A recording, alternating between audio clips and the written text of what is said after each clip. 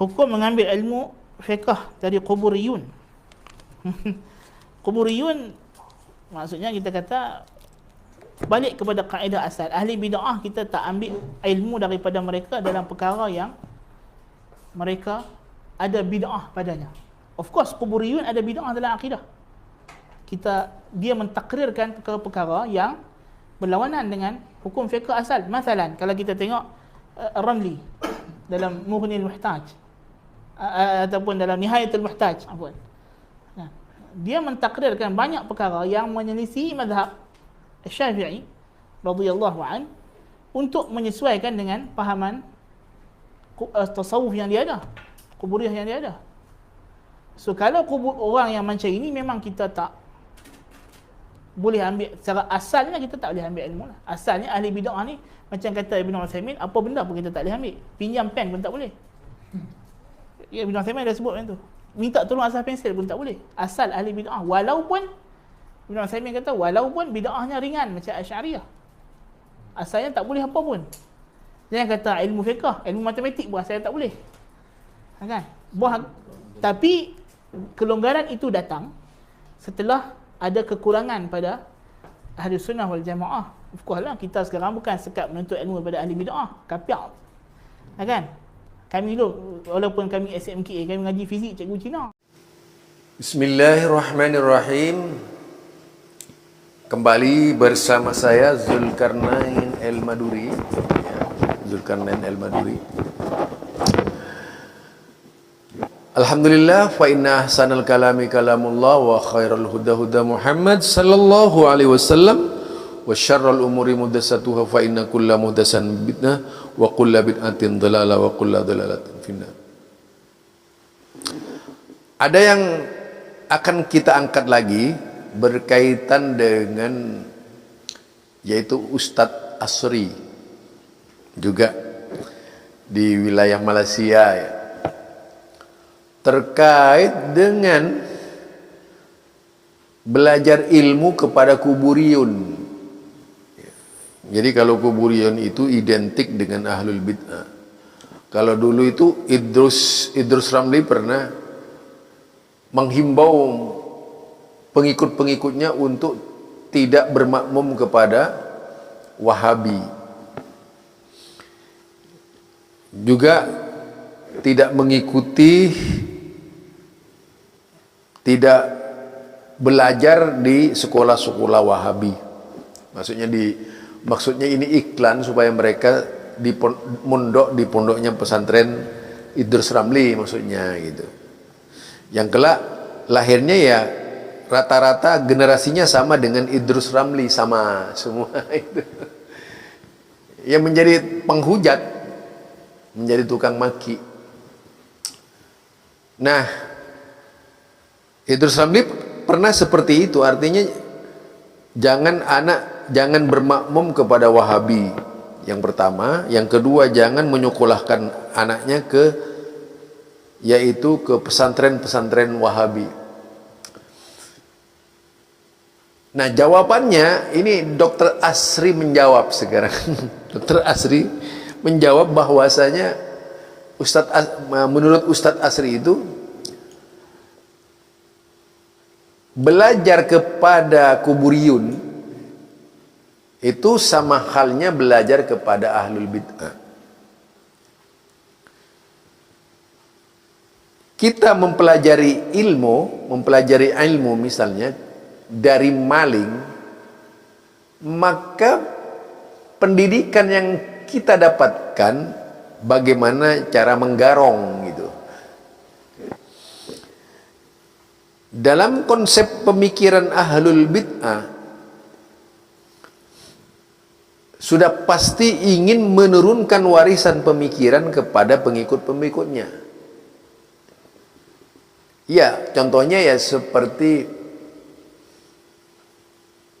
tokoh Mu'tazilah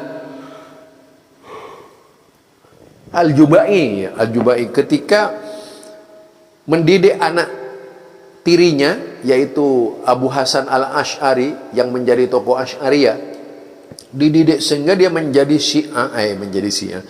menjadi salah satu dai yang menyerukan kepada pemahaman Asy'ariyah, Mu'tazilah ketika itu ya.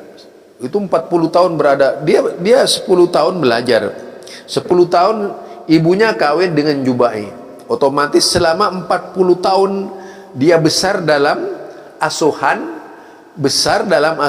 siapa? Yaitu dalam asuhan Mu'tazilah selama 40 tahun itu, dan menyebarkan paham-paham Mu'tazilah. Berarti 50 tahun dengan masa kelahirannya tadi. Ditambah 20 tahun lagi, yaitu dengan 20 tahun dengan kullabiyah. Nah, dikaitkan dengan Dr. Asri ini, kalau Abu Hasan jelas itu muridnya banyak yang menyampaikan pemahamannya, tapi kita kadang-kadang tidak tahu mana yang benar-benar dari Abu Hasan, mana Abu Hasan yang Ahlus Sunnah, mana yang Mu'tazilah gitu. Bisa saja mereka yang sekarang ini yang ngaku-ngaku Ahlus Sunnah terperosok kepada pemahaman Abu Hasan awal yang Mu'tazilah, bukan yang Ahlus Sunnah gitu. Ketika menglogikakan istiwa alal arsy itu misalnya, nah itu adalah pemikiran Abu Hasan abad pertama, yaitu abad pertama Abu Hasan awal. Sedangkan Abu Hasan akhir tidak seperti itu gitu. Hal ini bisa dilihat dalam kitab tadi itu, Ibanatul Diyanati, dan kemudian kitab Maqalatul Islamiyah. Nah, dari dua kitab itu satu contoh. Jadi ketika orang belajar, pasti itu dia akan membawakan keilmuan yang didapatkan dari Abu Hasan. Abu Hasan juga menyampaikan ilmu itu dari tokoh Mu'tazilah Al-Jubai tadi, kemudian dari Kullabiyah. Sehingga kita tidak tahu persis yang diikuti oleh Ahlus Sunnah sekarang ini Abu Hasan yang mana. Pertanyaan, Abu Hasan yang mana? Kalau Abu Hasan yang takwiliyah itu adalah Abu Hasan yang dibesarkan di zaman Mu'tazilah. Sedangkan Abu Hasan yang tidak mentakwil itu adalah Abu Hasan akhir, yang dalam hal ini dituduh Wahabi, mengada-ngada gitu.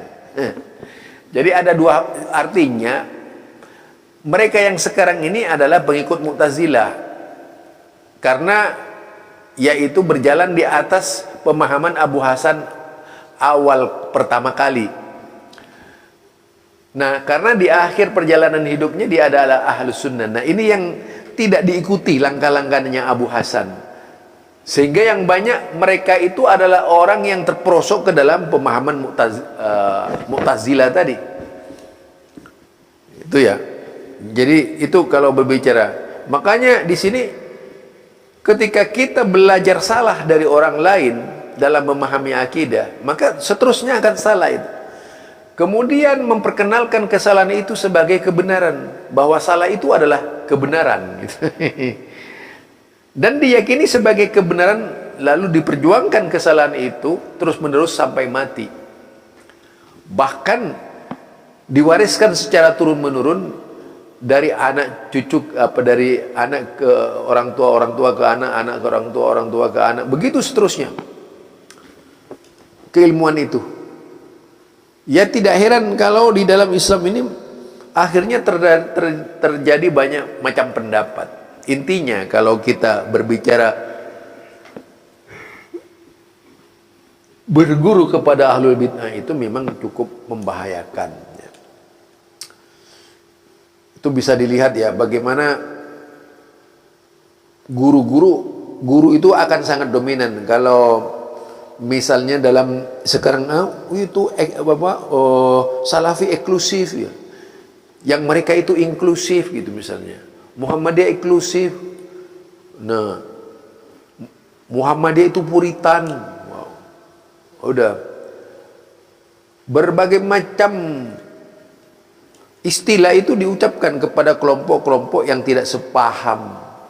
Belum lagi dikaitkan dengan gerakan-gerakan Syekh Muhammad bin Abdul Wahab dan sebagainya. Jadi hati-hati kita berguru. Perlu kita pertanyakan, kita ini sedang berguru kepada siapa? Kalau gurunya ahlul bid'ah, sudah pasti produknya itu bid'ah terus menerus, tidak henti-hentinya.